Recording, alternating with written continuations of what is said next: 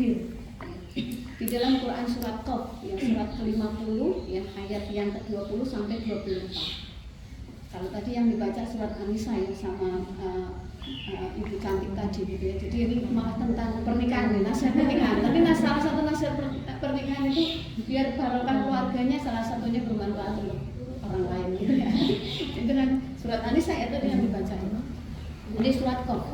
Di dalam surat Qaf ayat yang ke-20 sampai 24 itu Allah mengingatkan kepada kita bahwa apabila kematian itu telah datang kepada seseorang, maka akan dibukakan tabir yang menutupi matanya dan ditajamkan penglihatannya. Itu maknanya begitu 22 sampai 24. Kemudian akan datang kepada mereka siapa?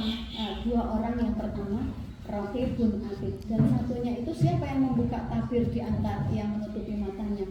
Itu malaikat Israil. Maka sering orang ketika sakaratul maut, ini pengalaman takmir masjid saya aja gitu ya, istrinya kan santri lansia, itu cerita pada saat suaminya itu sakaratul maut, itu sebelumnya gitu ya, paginya itu siangnya itu meninggalnya, itu bilang dia menggambarkan ada 3 orang yang menemui dia. Nah, yang 3 orang itu siapa? Itulah ya malaikat Israil, malaikat Raqibun Atid. Ya. Membukakan tabir ya. Jadi itu mungkin belum terjadi, belum apa-apain, tapi inilah yang sering kalian dustakan, hari yang sering kalian dustakan tentang apa? Kematian. Maka cukuplah kematian, Rasulullah sampaikan sebagai nasihat gitu. Cukuplah kematian itu sebagai nasihat. Jadi pada saat seseorang bertemu dengan sakaratul maut gitu ya, maka dia tidak bisa maju, tidak bisa mundur, tidak bisa mengelak ya. Maka kemudian dia baru yakin. Bahkan seorang itulah cara Allah untuk apa? Meyakinkan orang beriman, dan yang kedua menundukkan orang-orang kafir. Nah, jadi meyakinkan orang beriman dan menundukkan orang-orang kafir.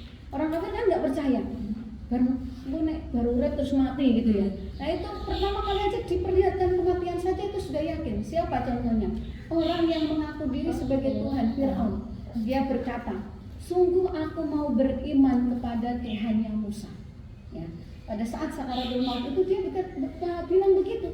Ya, sungguh aku mau, tapi kan saya ini sudah, kalau sudah dilihatin itu berarti sudah nggak akan maju, karena cuma sekali aja, jadi nggak datang berkali-kali. Jadi ini apa namanya? Iya, jadi cukup itu ya. Jadi sekali itu ya. Dan itu sudah nggak bisa ngomong, kan cuma gini aja.